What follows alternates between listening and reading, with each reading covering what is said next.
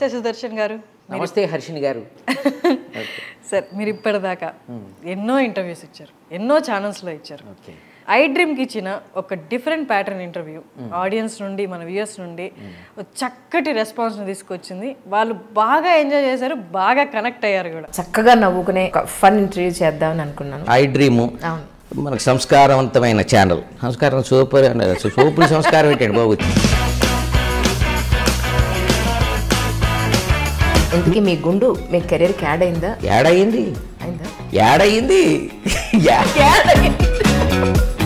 మీరు పోషించిన పాత్రలో ఏవి బరువైన పాత్రలు, ఏవి తేలికైన పాత్రలు అంటే ఏం చెప్తారు?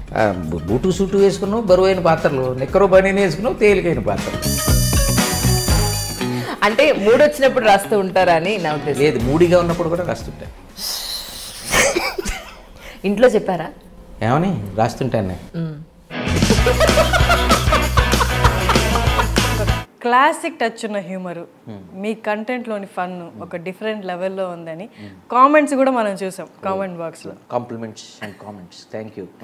సార్ ఇప్పుడు ఇంకొక కొత్త కాన్సెప్ట్తో ఓకే ఐ డ్రీమ్ తరపు నుండి అంటే మీతో మొదలు పెడదాం అనుకుంటుంది ఏంటి అంటే, టాపిక్ మేమే ఇస్తాం, క్వశ్చన్స్ కూడా మేమే అడుగుతాం. ఓకే, మీరు మీ స్టైల్లో ఓకే మీదైన శైలిలో జవాబులు ఇవ్వాలి. నాకు తెలిసి ఖచ్చితంగా ఈ ప్రోగ్రామ్ ఆడియన్స్కి అద్భుతంగా నచ్చుతుందని మేము అనుకుంటున్నాం. మీరేమంటారు? నేనేమంటానండి, కాన్సెప్ట్ అదిరింది అంటాను, యూనిక్గా ఉందంటాను. ముఖ్యంగా మన వ్యూయర్స్కి నచ్చాలి అన్న మీ గోల్ని చూసారా, అది ఇంకా బాగుందంటాను. ఏ టాపిక్ తీసుకున్నా సరదాగా ఒక లైట్ వెయిన్లో, ఒక కాన్వర్సేషనల్ స్టైల్ ఫార్మాట్లో మాట్లాడుకోవటం అన్నది నాకు అర్థమైంది. ఇది కాన్వర్సేషన్ స్టైల్ అంటున్నారు కాబట్టి దీన్ని మనం ఇంటర్వ్యూ అనకుండా చిట్ చాట్ అందాం. మీరేమంటారు? మీకు ఓకేనా? Double okay sir. డబ్బులు ఓకేనా, చెక్ ఓకేనా అని అడగలేదండి. నేను అడిగింది ఈ వర్డ్ చిట్ చాట్ అనేది మీకు ఓకేనా? మీరు ఆల్రెడీ చిట్ చాట్లోకి ఎంటర్ అయిపోయినట్టు. Okay, welcome. ఎంటర్ అయిపోదాం. Thank you. హాస్య కథలు, హాస్య శీర్షికలు, హాస్య రచనలు, ఇలా ఎన్నో చదవడం వల్ల వచ్చిన ఎక్స్పీరియన్స్ కానివ్వండి, మీరే హిందీ, ఇంగ్లీష్, తెలుగు ఈ భాషల్లో ఎంతో లిటరేచర్ చదవడం వల్ల కానివ్వండి, అలాగే ఆ భాషల మీద ఉన్న మీకున్న ఎంతో మక్కువతో కానివ్వండి వచ్చిన ఎక్స్పీరియన్స్ కానివ్వండి, మీరు లెక్చరర్గా ఉన్నప్పుడు మీ విద్యార్థుల్ని, కలీగ్స్ని, ఫ్రెండ్స్ని మీదైన శైలిలో నవ్వించడం వల్ల వచ్చిన ఎక్స్పీరియన్స్ కానివ్వండి, అలాగే ఎన్నో వేదికల్లో కార్యక్రమాల్లో మీ ఆడియన్స్ని మీరు నవ్విస్తూ వచ్చారు దానివల్ల కానివ్వండి, లేదా ఇవన్నీ కాదు మీకు బై నేచర్ ఉన్న సెన్స్ ఆఫ్ హ్యూమర్ వల్ల కానివ్వండి. ఆగండి మీరు చాలు కానివ్వండి, కొంచెం ఆగండి. మీరు కొంచెం గొక్క తిప్పుకునేవ్వండి. మీరేందుకు సార్ గొక్క తిప్పుకోవడం? నేను కదా చెప్పేది. పోనీ మీరు తిప్పుకోవటం గొక్కేదో కాసిన మంచినీళ్ళు తాగండి. సార్ వీటన్నిటి వల్ల వచ్చిన ఎక్స్పీరియన్స్తో హాస్య ధోరణిలో మాట్లాడే స్కిల్ అనేది మీ సొంతమైంది. అదొక స్టైల్. హైదరాబాద్లో, ఢిల్లీలో, వరంగల్లో, వైజాగ్లో, విశాఖపట్నంలో, అలాగే విదేశాల్లో జరిగే సభల్లో, కార్యక్రమాల్లో, బుక్ రిలీజ్ ఫంక్షన్లో, కాలేజ్ ఈవెంట్స్లో వీటన్నిటికి మిమ్మల్ని పిలుస్తుంటారు. ఇదంతా కరెక్టేనా? అది కరెక్టేనా అని అడిగి ఆ ఎక్స్ప్రెషన్ ఏంటండి బాబు, అదే డౌట్గానే. అన్ని నిజాలే, అబద్ధాలు ఏం లేవు, కరెక్టే. ఓకే, క్లాసిక్ హ్యూమర్ టచ్తో ఆడియన్స్ని ఎంతో ఆహ్లాదపరిచారు. స్టాండప్ కమెడియన్ లాగా మీకు స్టాండప్ స్పీకర్ హ్యూమరిస్ట్ అనే టైటిల్ కూడా ఇచ్చేసారంటే అది ఆ చేతులు బాడీ లాంగ్వేజ్ ఎలా పెట్టి ఇచ్చేసారంటే అదేదో పని అయిపోయింది, వదిలిపోయింది అన్నట్టు చెప్పారేంటి. ఏదైనా ఆ కాయినింగ్ చాలా బాగుందండి, stand up speaker humorist. Thank you, అది చాలా బాగుంది ఆ కాయినింగ్. అంటే క్రేజ్ పాపులారిటీ అనే కన్నా వాళ్ళు హ్యాపీ ఫీల్ అయినప్పుడు మన మీద చూపించే అభిమానం అని అనుకుంటే బాగుంటుంది. నిజానికి వాళ్ళకున్న సెన్స్ ఆఫ్ హ్యూమర్ కానీ, వాళ్ళకి ఫన్ మీద ఉండే మక్కువ, దానివల్ల అంటే అది నిజానికి ఆ క్రెడిట్ మనం వాళ్ళకే ఇవ్వాలి. అంటే ఇవాళ మీరు మొదట్లో చూసారా, ఇది కానివ్వండి అది కానివ్వండి అని పెద్ద లిస్ట్ ఇచ్చారు కదా. ఇవాళ మన టాకింగ్ రెసిపీకి అవే ఇంగ్రీడియంట్స్. ఓకే, అంటే వాటన్నిటి రిజల్టే ఈ ఎఫెక్ట్. పోనీ వాటన్నిటి ఎఫెక్టే ఈ రిజల్ట్. అందువల్లే ఈ టాక్కి ఒక ఫ్లో వస్తుంది, ఒక కంటెంట్కి ఒక ఫ్లేవర్ వస్తుంది, హ్యూమర్కి ఒక రిచ్నెస్ వస్తుంది, ఫన్కి ఒక క్లాసిక్ టచ్ వస్తుంది. మా వ్యూవర్స్కి ఒక మంచి ఎంజాయబుల్ ఎపిసోడ్ వస్తుంది, ఎక్స్పీరియన్స్ వస్తుంది, ఎంజాయబుల్ ఎక్స్పీరియన్స్ వస్తుంది, అదే ఎంజాయబుల్ ఎపిసోడ్ వస్తుంది. Okay, thank you. ఇది స్కిల్ అనండి లేదా ఆర్ట్ అనండి. ఓహో, ఇంకేమన్నానండి, ఇప్పటిదాకా కానివ్వండి అయిపోయింది, ఇప్పుడు అనండి హీలు పోనీ ఏదో ఒకటి అనండి కానివ్వండి. సరే, ఇలా ఎంటర్టైన్ చేస్తూ మాట్లాడే కళలో మీరు పండిపోయినట్టున్నారు. పండిపోలేదండి బాబు, ఫండిస్తున్నాను, ఐ మీన్ అదే ఫన్ అందిస్తున్నాను అంతే. జనం ఎక్కడికి ఊరికే రారండి, అందులో ఆ ప్రోగ్రాములకి సభలకిను. ఎంటర్టైన్మెంట్ ఫీల్ అయితేనే ఎండింగ్ వరకు ఆడియన్స్ యాక్టివ్లో ఉంటారు. కామెడీగా చెప్తేనే వింటారు, ఉంటారు. సో మనకి పైసలు ఇచ్చి ఆఫర్ ఇచ్చి ఇంతే ఆ ఫన్ అందించడానికే కదా. ఫుడ్లో వెరైటీస్కి ఎంత క్రేవింగ్ ఉందో ఫన్లో వెరైటీస్కి కూడా అంతే క్రేజ్ ఉందండి. నిజం చెప్పాలంటే అంతకన్నా ఎక్కువే ఉంది, అంతకు మించి. అదేంటి సార్, ఫన్నే కదా, అందులో వెరైటీ ఏముంటుంది? ఫన్లో కూడా వెరైటీస్ ఉంటాయండి. ఇప్పుడు ఉప్మా ఒకటే రకం, పులిహార ఒకటే రకం, మరి పులావ్, బిర్యానీ 100 వెరైటీస్. హ్యూమర్ కూడా అంతే, వీపింగ్ ఒకటే రకం, లాఫింగ్ రకరకాలు. మళ్ళీ మీరు వీపింగ్ ఆ జానర్లోకి వెళ్ళకండి, మన జానర్ అంతా కూడా మన లాఫింగ్ స్కూల్. సరే అండి సార్, మీకు వీపింగ్ టాపిక్ ఇచ్చిన దాన్ని మీ టాకింగ్తో లాఫింగ్గా మార్చేయగలరు, అది మీ డిఎన్ఏ సార్. ఈ డిఎన్ఏలు ఎంబీఏలు నాకు తెలియండి బాబు. లైఫ్ని లైట్గా తీసుకోవటం లాఫింగ్ వల్లే సాధ్యం. లైఫ్ని ఇంత తేలిగ్గా తీసుకుంటేనే ఎంత బరువుగా ఉందే, బరువుగా తీసుకుంటే ఇంకెంత బరువుగా ఉండేదో అన్నాడు ఒక ఆయన. నా ఉద్దేశంలో హ్యూమర్ కూడా ఒక ఆల్కెమీ. ఓకే, ఈ ఆల్కెమీ, ఈ ప్రక్రియ ఇదంతా న్యాచురల్గా స్పాంటేనియస్గా ఎలా ప్రజెంట్ చేయగలరు సార్, అది ఎలా సాధ్యం? నిజానికి ఆ స్పాంటేనిటీ మన ప్రీవియస్ ఎఫర్ట్స్లోంచి, ఆ ప్రిపేర్డ్నెస్లోంచి వస్తుంది. అంటే ఎక్కువ రీడింగ్, అంతకన్నా ఎక్కువ అబ్జర్వింగ్, అది ఇంపార్టెంట్. అంటే మనం వెళ్ళిన సభలు, సమావేశాలండి, ఫంక్షన్స్ అనండి, ప్రోగ్రామ్స్ అనండి, ఏమైనా అండి, అక్కడికి వెళ్ళిన తర్వాత అక్కడ ఉండేటువంటి పరిసరాలు, ఆ పరిస్థితులు, ఆ మనుషులు, వాళ్ళ ప్రవర్తనలు, డిఫరెంట్ బిహేవియర్స్ ఉంటాయి. వాళ్ళ ప్రవర్తనలు, వాళ్ళు కొంచెం ఎక్సెంట్రిక్గా, ఆడ్గా బిహేవ్ అంటే కామెడీ ఆఫ్ ఎర్రర్స్ ఏవో జరుగుతుంటాయి అక్కడ. కామెడీ ఆఫ్ ఆడిటీస్ కామెడీ అన్నారు కదా. సో అవన్నీ ఆ సీన్లు, ఆ ఆడ్గా ఉండే సీన్లు అవన్నీ అబ్జర్వ్ చేయటం వల్ల ఏమందంటే మన మైండ్ ఓ పక్కని కొంత కామెడీ స్టఫ్ని, అసలే మనకు ఇది ఉంది, ఆ నెర్వ్ ఉంది కాబట్టి కామెడీ ఓ పక్కన బ్రెయిన్ అది తయారు చేస్తుంటుంది మైండ్ కామెడీ స్టఫ్ని.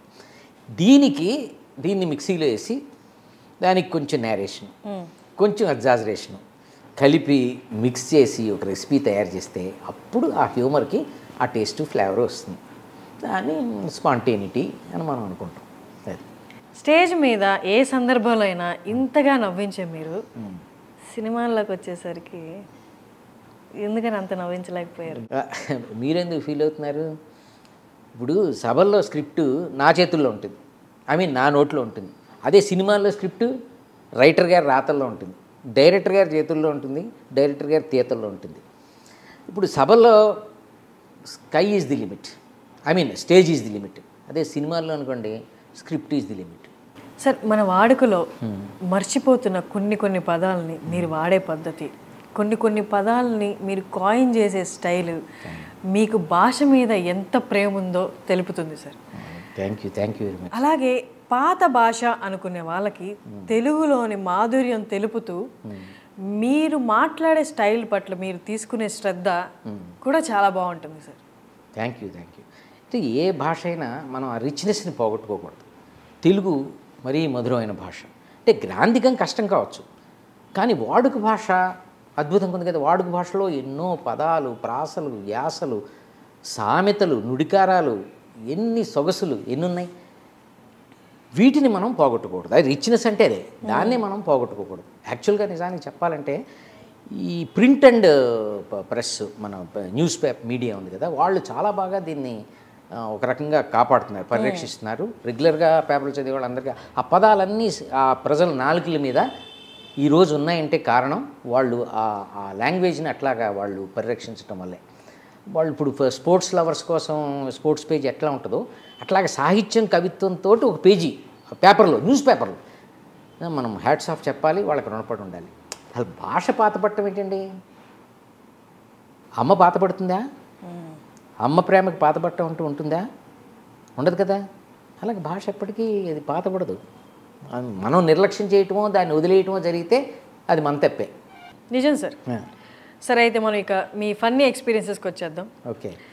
మీరు వెళ్ళే సభల్లో సందర్భాన్ని బట్టి ఆ కంటెంట్ని మీరు హ్యూమర్ యాడ్ చేసి మీ స్పీచ్లో ప్రజెంట్ చేయడం అప్పటికప్పుడు జరుగుతుంది కదా సార్ అది. కానీ అక్కడికక్కడ మీరు అబ్జర్వ్ చేసి అప్పటికప్పుడు సిచ్యువేషన్స్ని తీసుకొని అబ్జర్వ్ చేసి దానికి హ్యూమర్ యాడ్ చేసి ప్రజెంట్ చేయడం అనేది ఈ నెక్స్ట్ లెవెల్ కదా సార్. ఒక్కసారి ఆ ఎక్స్పీరియన్సెస్ గురించి మాట్లాడుకుందామా సార్? సాధారణంగా ఇప్పుడు మనకి ఈ ఫంక్షన్స్ అనండి, సభలు అనండి, కార్యక్రమం ఏవైనా యూజువల్గా నార్మల్గా ఒక సిస్టమేటిక్గా జరిగిపోయాయి అనుకోండి, అక్కడ మనం అబ్జర్వ్ చేసి ఇక్కడికి వచ్చి పట్టించే ఫన్ ఏమి ఉండదు, నార్మల్గా జరిగిపోతాయి. ముఖ్యంగా అంటే ఇలాంటి కంగాళీ సభలను మనం బసలు అనొచ్చు.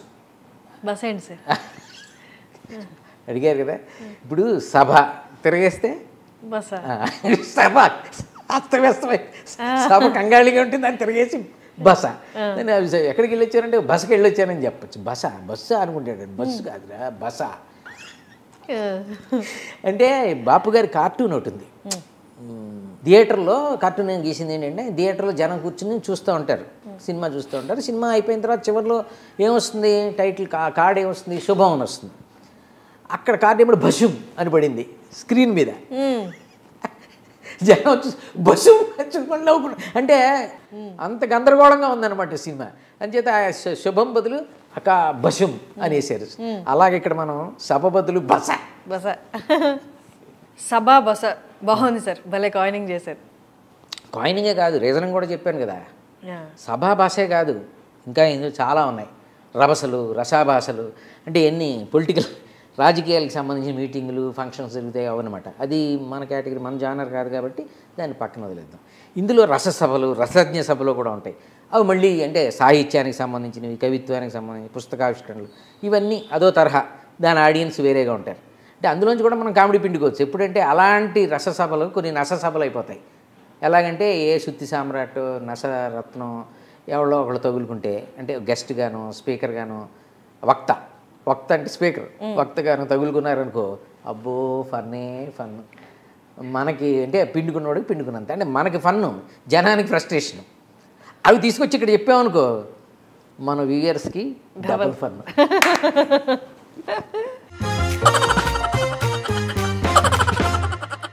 సార్ అయితే ఇప్పుడు అలాంటి ఒక సన్మాన సభ, అదే మీ భాషలో బస చెప్తారా ఒకటి? ఇప్పుడు చెప్పాం కదా, కామెడీ అంతా ఈ రకరకాల సభల్లోనే పుడుతుంది. జనరల్గా రెగ్యులర్గా ఉండే సభల్లో, నార్మల్గా జరిగిపోయే సభల్లో, ఓ సిస్టమేటిక్గా జరిగిపోయే సభల్లో కామెడీ ఉండదు. ఇలాంటి బసల్లోనే కదా కామెడీ అంతా. కొన్ని ఇష్టపడి సన్మానాలు, కొన్ని మొక్కుబడి సన్మానాలు, కొన్ని పెట్టుబడి సన్మానాలు, కొన్ని చేతబడి సన్మానాలు, ఇట్లా రకరకాల సన్మానాలు ఉన్నాయి. వీటిలో పెట్టుబడి సన్మానం ఏంటి సార్? ఓహో, కరెక్ట్గా క్యాచ్ చేశారు. అయితే పేర్లోనే ఉంది కదా పెట్టుబడి, మొత్తం బడ్జెట్ అంతా మనోడిదే, అంటే సన్మానం చేయించుకునేవాడిదే. మొత్తం ఖర్చు అంతా పెట్టుకుని సన్మానం చేయించుకుంటాడు. దురదల్లో ఇదో వెరైటీ, ఎవడి దురదో అడిగి సరదా. చెప్పండి సార్ దాని గురించి. అబ్బా మన చూనే పేరు బాగా. వీళ్ళు మామూలుగా చెప్పాను కదా, మొత్తం ఎక్స్పెండిచర్ మనోడే పెట్టుకుని సన్మానం చేయించుకోవడానికి రెడీ అయిపోయి వచ్చేస్తాడు. వాళ్ళ ఆర్గనైజర్లు ఇచ్చిన బడ్జెట్లో వాళ్ళు చేయాలి. మనోడు ఎంత ఇచ్చాడో అందులోనే అన్నీ ఎంత ఎక్కడెక్కడ కట్ చేసుకుంటే మళ్ళీ ఆడికి మిగిలాలి కదా చేసేవాడికి. ఇవన్నీ బాగా ఒకప్పుడు జరిగేవి, ఇప్పుడు తగ్గిపోయేవి ఇవన్నీ. కానీ ఇప్పుడు అంతా కొంచెం సిస్టమేట్ జరుగుతున్నాయి. ఒకప్పుడు మాత్రం ఇవన్నీ చాలా, ఇప్పుడు ఎక్కడైనా అప్పుడప్పుడు మనకు తగులుతుంటాయి. దాన్నే కదా మనం లాక్కొచ్చి ఇక్కడ. సో అది స్టేజ్ మీదకి వచ్చిన తర్వాత అక్కడ 3 కుర్చీలు స్టేజ్ మీద, 5గురిని పైకి పిలిచేస్తారు. కుర్చీలు ఉండేవాడు ఎత్తుక్కుంటూ ఉంటాడు ఎక్కడ కూర్చోవాలని, ఈ పక్క ఆ పక్కన. ఈ లోపల కింద 3 కుర్చీలకి 5 మందిని పిలుస్తారు. 5 మందిని పైకి పిలిచే ఉత్సాహం అక్కడ. ఆర్గనైజర్ అప్లికేషన్ ఏవో ఉంటాయి అనమాట. నెక్స్ట్ సన్మానానికి వీడిని ఫిక్స్ చేద్దామనో ఏదో లెక్కలు ఉంటాయి. అక్కడ చూసి జనంలో ఇంకొద్దని పిలిచే 5 కుర్చీలు ఏమో ఎత్తుకున్నాయి. మొత్తం మీద ఏవో పట్టుకొచ్చి 2 కుర్చీలు వేస్తారు. 3 దండలు ఉంటాయి.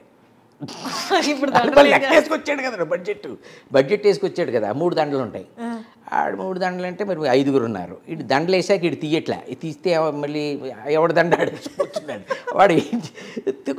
కొంతమంది తీసి పెట్టేస్తుంటారు అక్కడ. వీళ్ళు దండలు రొటేషన్లో పెడతారు.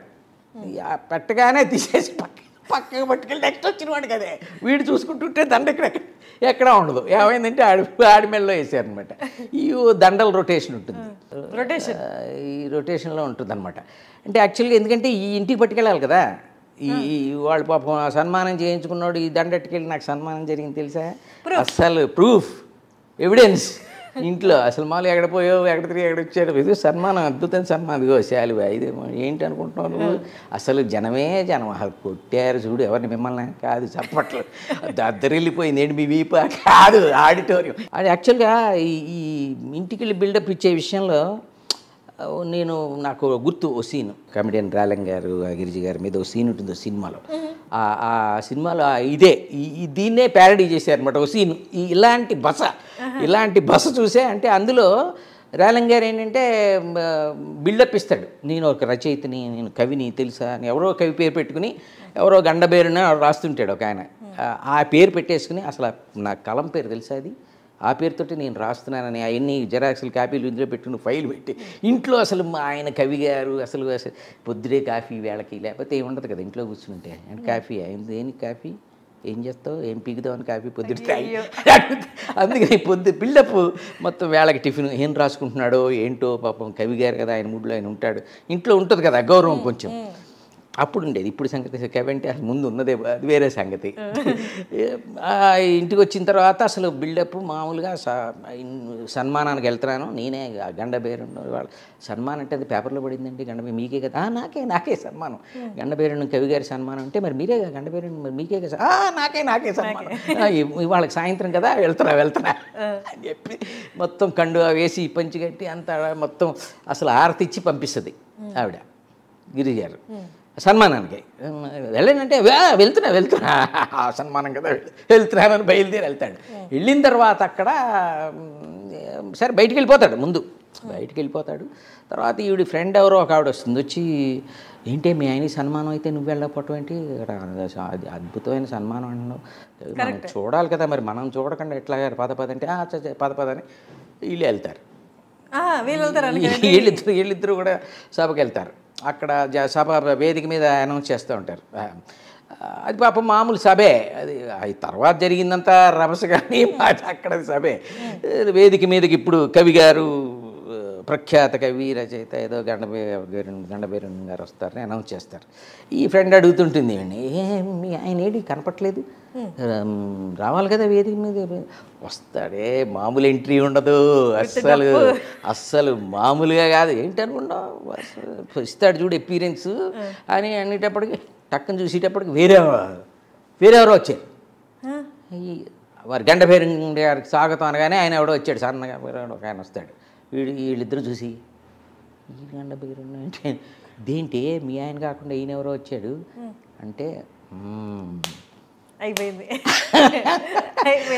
అన్న మాట. అయితే వీడిని మనకి మొత్తం కొట్టాడు, గ్యాస్ కప్పాలి, వీడి మొత్తం బిల్డప్ ఇచ్చాడు అనమాట. అసలు ఇదంతా సరే చెప్తా అన్నాడు, పోదాం అని చెప్పి ఇద్దరు లేచి ఇంటికి వెళ్ళిపోతాడు.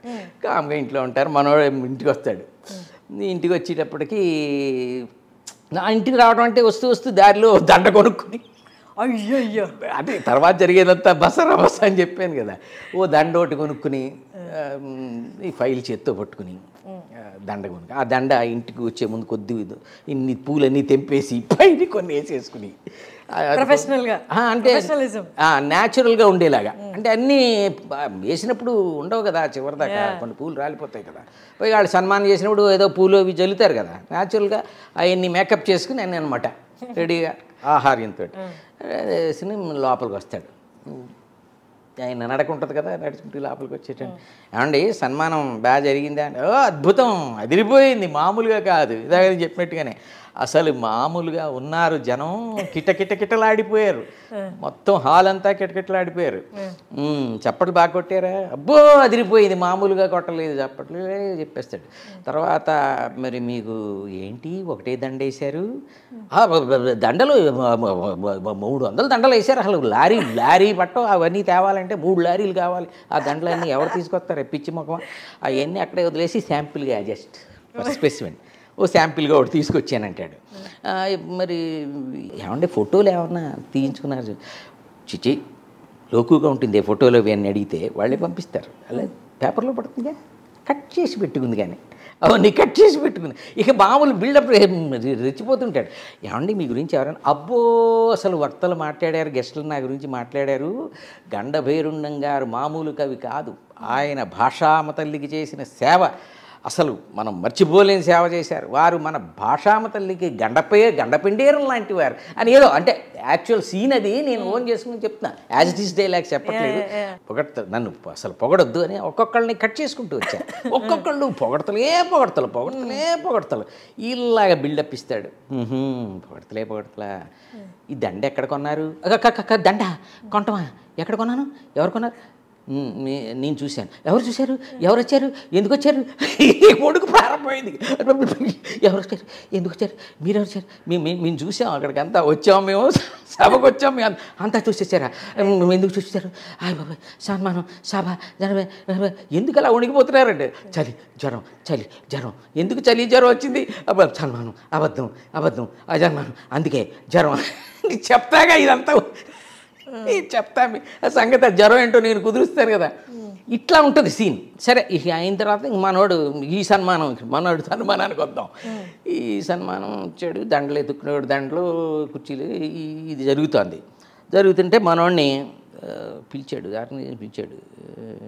ఏమైనా అదేంటి ఆయనకి ఆయనకి అంత పెద్ద దండ వేసావు, సన్మానం చేయించుకుంటూ ఉండే నేను నాకెయ్యాలి కానీ ఆడికేసాడు అంత పెద్ద దండ. కూర్చో ఆడే తెచ్చుకున్నాడు కూడా గెస్ట్గా వస్తూ. కొంతమంది గెస్ట్గా కూడా డబ్బులు ఇచ్చి గెస్టులుగా వస్తారు, గెస్ట్లకు కూడా వచ్చి అలా కూడా క్రేజ్ అనమాట.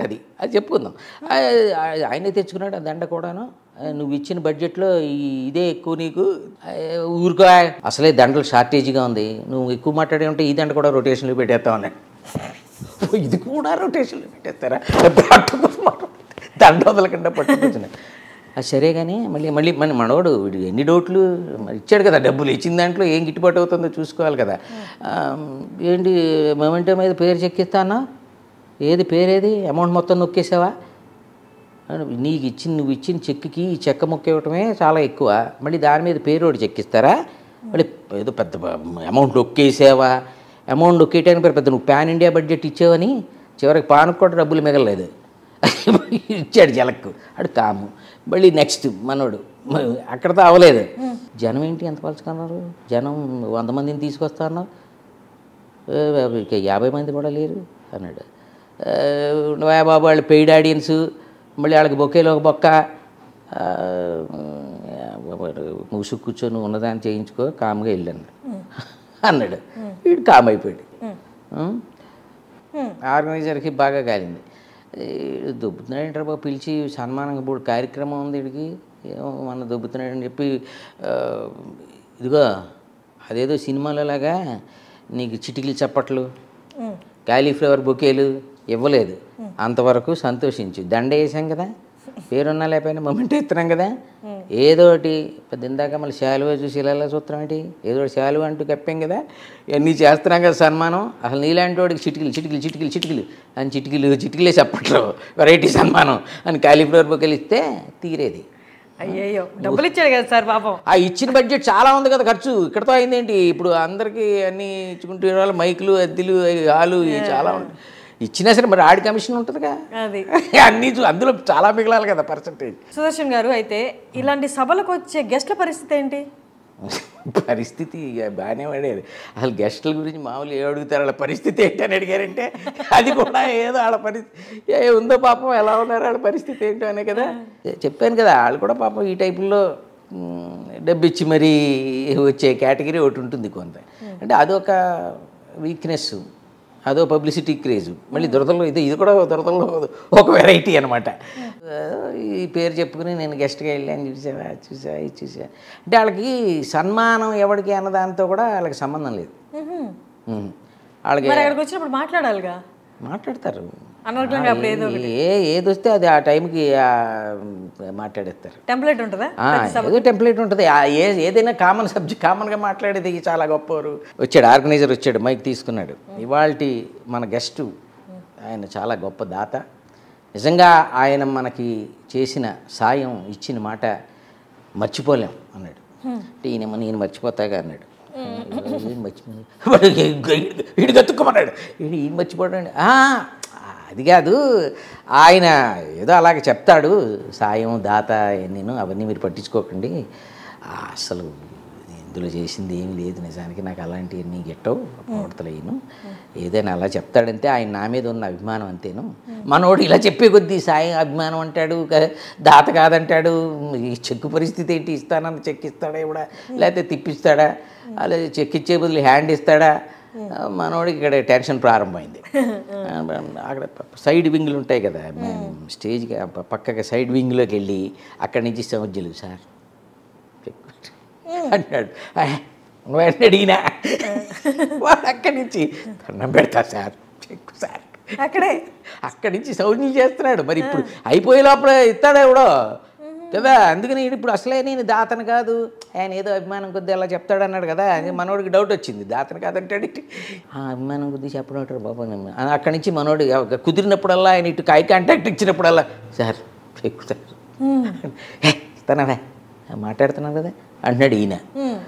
మన గెస్ట్ గారు లేచాడు, వచ్చింది సరైన టైం ఇప్పుడు, అసలు అందుకోసమే కదా ఇలాగ ఇదొక మైక్ దొరదొకటి ఉంటుందన్నమాట.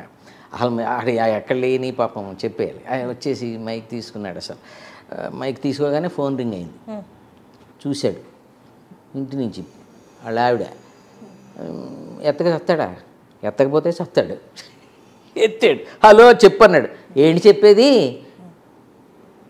ఇంట్లో చెప్పలు కడగాలి, త్వరగా ఇంటికి తగిలాడు, పొద్దుటి అన్నీ అలాగే పడి ఉన్నాయని. గట్టిగా మాట్లాడకే, నేను సభకి ఇందులో గెస్ట్ని, అందులో సభాధ్యక్షుడిని.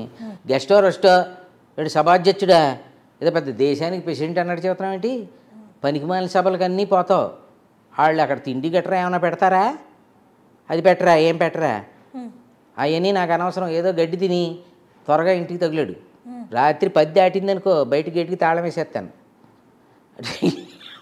ఫోన్లో ఇదంతా బయట జనానికి వినపడుతుంది, మరి ఫోన్లోంచి లీక్ అవుతుంటుంది. అబ్బా డబ్బా ఉండవే, గట్టిగా మాట్లాడు. ఏంటి ఉషు అంటున్నావు, ఏదో కాకులు తోలినట్టు. అబ్బా అదేం కాదే బాబు, ఇప్పుడు నేను ఈ సభలో మాట్లాడాలి, నేను గెస్ట్ అని చెప్తున్నాను కదా, మైక్ ముందు ఉన్నానని చెప్తున్నాను కదా, ఇప్పుడు ఈ సన్మాన సభలో ఇప్పుడు నేను మాట్లాడాలన్నాడు. ఓహో మా పొట్టకొస్తే అచ్చర మొక్కలేదు నీకు, మళ్ళీ సభలో నువ్వు మాట్లాడటం ఒకటి,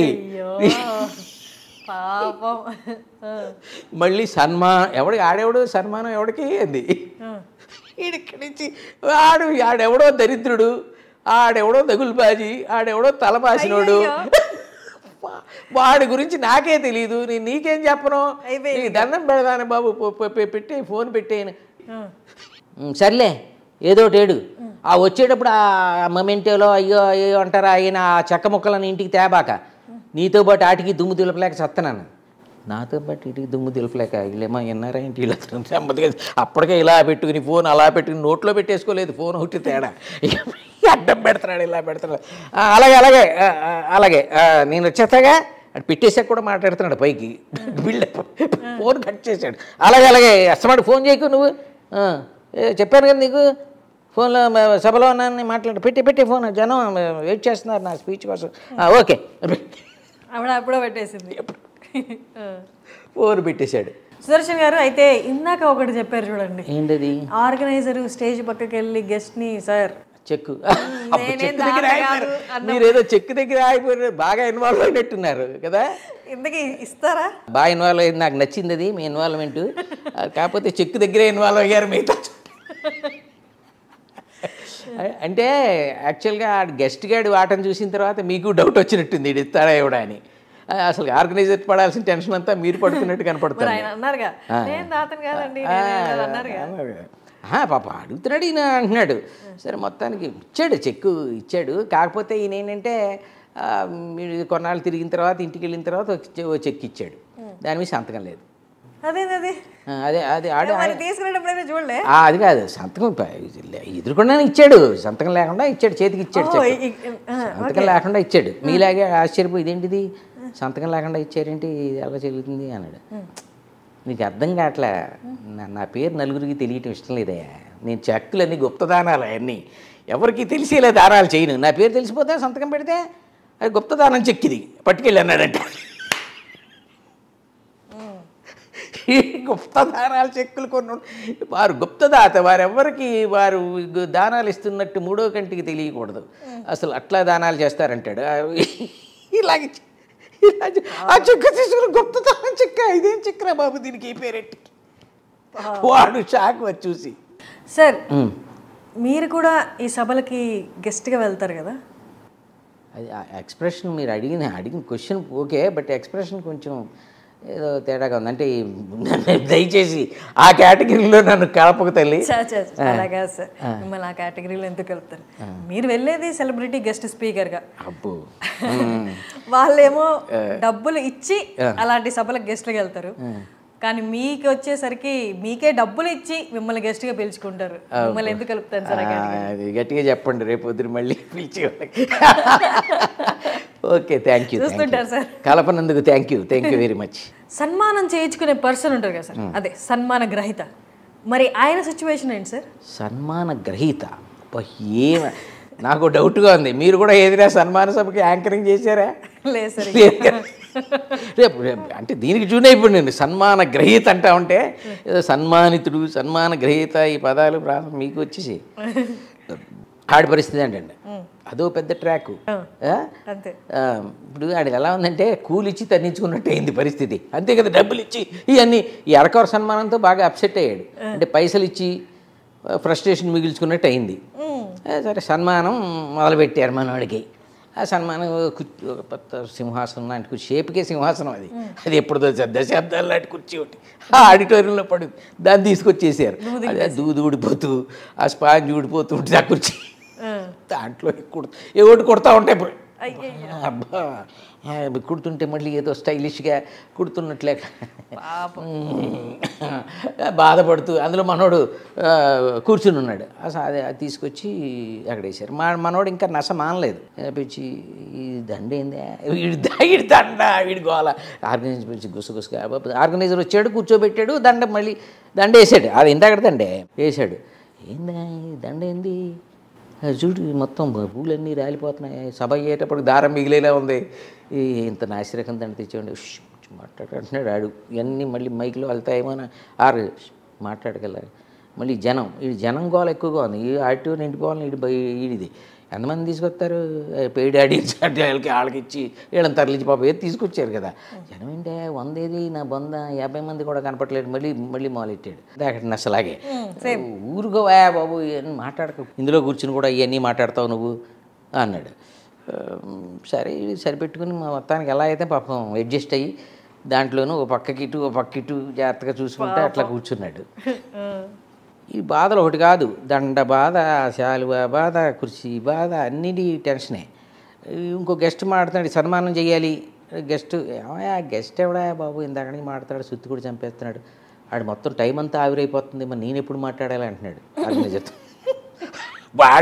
ఆడి సుత్తితోటే టైం అంతా ఆవిరైపోతుంది, అసలే హాల్ ఎప్పుడు మాట్లాడాలని వదిలేస్తాడు. నువ్వు మాట్లాడుతు కానీ నువ్వు కంగారు పడక నువ్వు కూర్చో అంటున్నాడు. అని మన మొత్తానికి మనోడిని వదిలేరు, కూర్చోబెట్టారు. మనోడు ఇక మొదలుపెట్టాడు ఉపన్యాసం. మైక్ ఇచ్చారు, మనోడు పట్టుకున్నాడు. నిజంగా ఈరోజు ఈ సంస్థ వారు నా ప్రతిభను గుర్తించి నాకు ఈ సన్మానం చేయటం అనేది నా యొక్క అన్నాడు. నా యొక్క బ్యాంక్ బ్యాలెన్స్ నా యొక్క అనగానే ఎవడో వాడు వచ్చాడు మధ్యలో. వాడు వచ్చి సార్ 1 minute ఈ ఎక్స్ప్రెషన్ ఇచ్చాడు వాడు. మధ్యలో వచ్చి 1 minute అంటాడు. ఇదే ఎక్స్ప్రెషను మధ్యలో. అసలే నాకు ఇచ్చిన టైం ఏం చెప్పాలి, ఇందులోనే నేను మళ్ళీ మధ్యలో వచ్చి 1 minute అంటాడు వాడు. నన్నే 2 minutes మాట్లాడమన్నారా, 1 minuteలో ఈడంటే 1 minute అన్నాడు. 1 minute అన్నాడు, 1 minute మాట్లాడు కదా, 2 minutes మాట్లాడు. ఏంటి ఎందుకు వచ్చాడంటే ఆడొచ్చి సభికులందరికీ విజ్ఞప్తి, ఈ సభ అయిపోయిన తర్వాత భోజనాలు గట్రా లేవు, ఈ దరిద్రుడు ఇచ్చిన బడ్జెట్ అంతే ఉంది. మరి అదేలేండి, అంటే సభ అప్పటిదాకా ఉండదు, డిన్నర్ టైం దాకా. మీరు హాయిగా ఇంటికి వెళ్ళిపోయి ఎవరి భోజనాలు వాళ్ళు మీరు ఇంట్లో చేసుకోవచ్చు. అసలే మనకి హాలు డిస్కౌంట్ బేరం కింద ఫిక్స్ చేసాం, వాళ్ళు గంట ఇచ్చారు, ఈ లోపల మనం ఈ సభ ఫినిష్ చేయాలి. అదనమాట సంగతి. మీరు కానివ్వండి సార్. అని మళ్ళీ మైక్ తీసుకుని, ఇందాక నేను చెప్పినట్టుగా ఇది నా యొక్క పూర్వజన్మ సుకృతం, ఇది నా యొక్క అదృష్టం. మరి ఎంతటి ప్రతిభను గుర్తించడం అంటే వాళ్ళకెంత ప్రతిభ ఉండాలి అని చెప్పేసి నేను ఈ సభాముఖంగా, సార్ 1 minute అయిపోయింది. ఇంకోడు వచ్చాడు, సార్ 1 minute అంటాడు. ఏంటి 1 minute కానీ ఏం చెప్తావు కానీ, ఇప్పుడు వేదిక మీద ఉన్న అందరికి